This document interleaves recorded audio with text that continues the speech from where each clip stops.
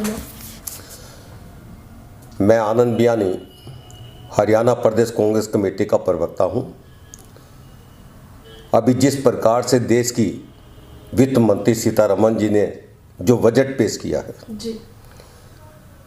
केवल और केवल आंकड़ों की गेम घुमाई है जी।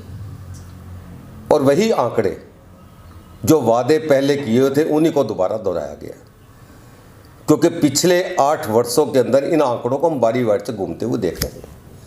जी कोविड के आंकड़ों की बात करें, उस वक्त के करोड़ों रुपए का बजट उस टाइम बताया गया था, पुराने बजट को दोबारा दोहरा के उसमें जोड़ दिया गया और इस बार भी वही आंकड़ों को घुमाया गया है।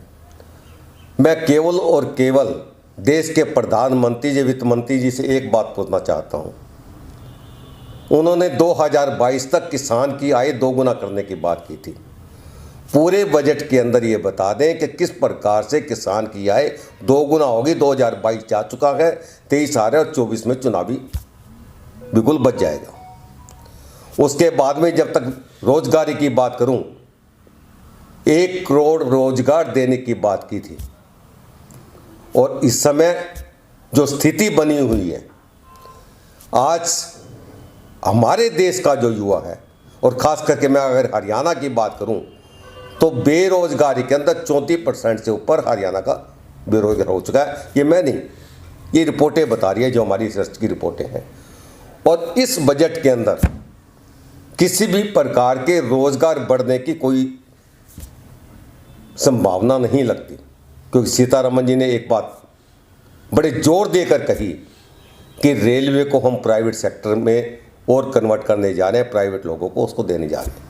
अगर प्राइवेट लोगों के पास चला गया तो रोजगार कहाँ से बढ़ेगा, कहाँ से सरकारी नौकरी हमारे युवा पर ले पाएंगे।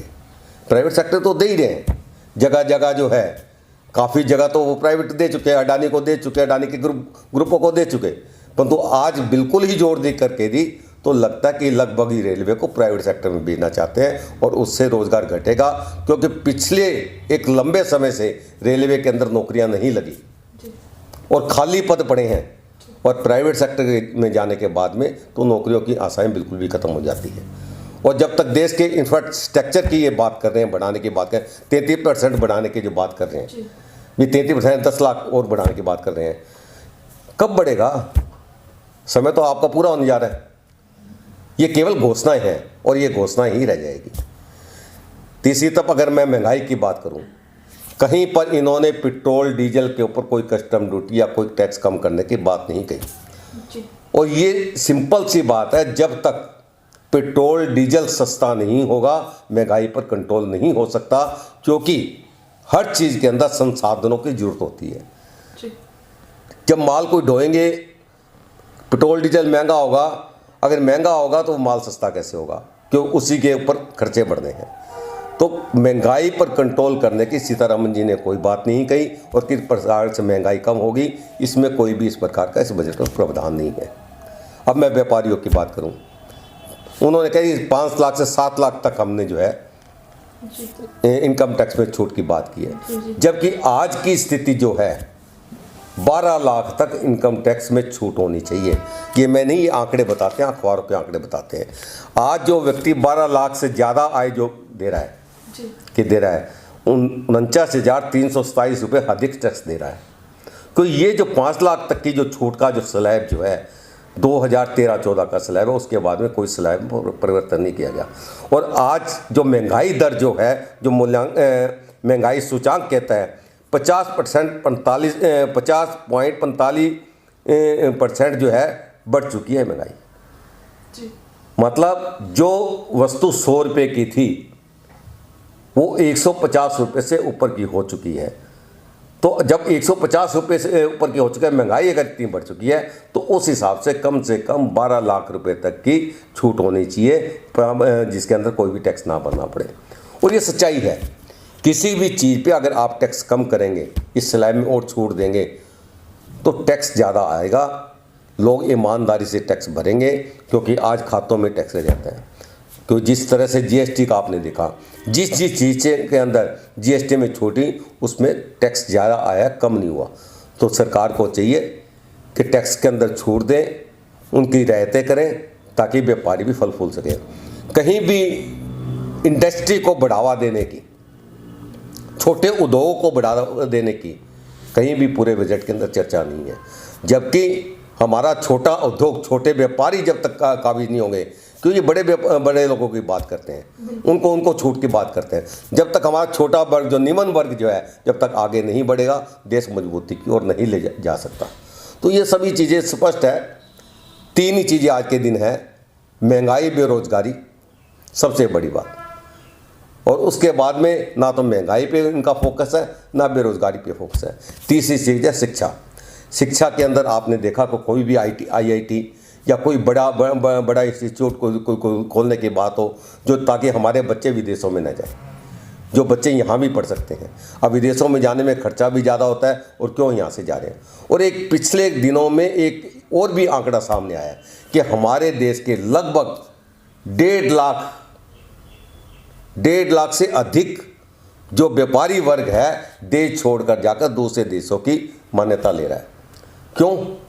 और पिछले 8 सालों के अंदर 15 लाख से ज़्यादा लोग यहाँ से देश छोड़कर जा चुके, जो कि और देशों की स्थायी मान्यता ले रहे हैं।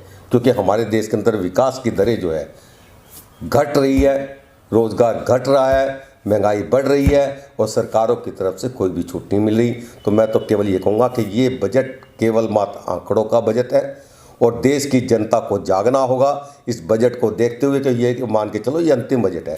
अगर इस बजट में कुछ नहीं मिल पाया तो आगे भविष्य के अंदर देश की जनता किसी भी प्रकार की इस सरकार से आशा न रखे, और उसी बातों को ध्यान में रखते हुए इनको अब सरकार से बाहर करना चाहिए, और हमारे यहाँ सुख और शांति का शासन चाहिए। बड़े दिनों की बात करते थे, अच्छे दिनों की बात करते थे, इस बजट से क्लियर होगा कि कितने अच्छे दिन आगे भविष्य में आने वाले हैं। धन्यवाद।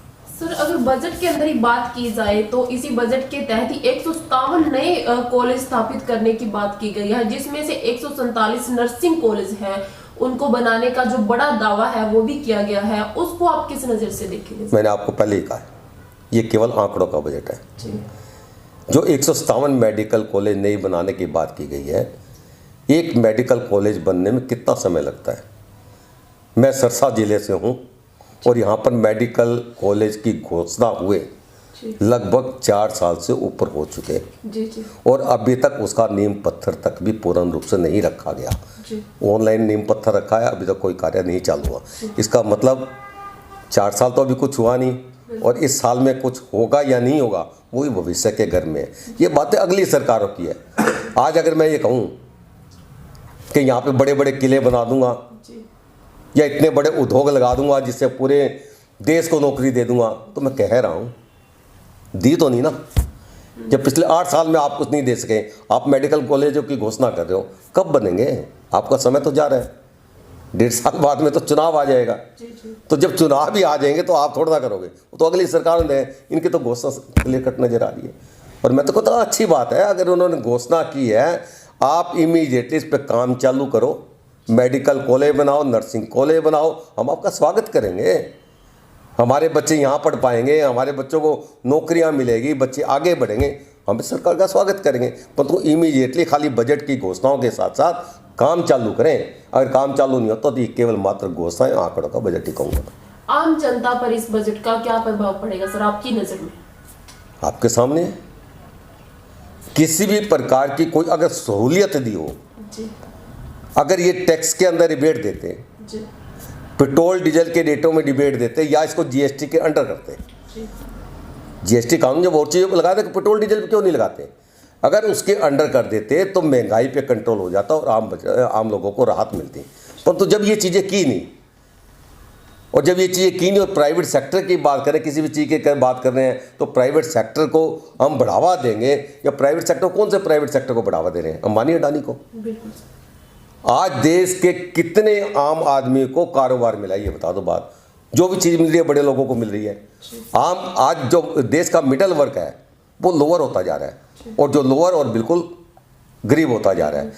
ऊपर वाला जो वर्ग है, जो गिनती के कुछ लोग हैं जो कि पूरी देश की अर्थव्यवस्था को संभाल रखा है, या पूरे देश की मैक्सिमम पूंजी उनके पास है, तो कैसे इस देश का भला होगा जब हम केवल उन लोगों के बारे में सोचें।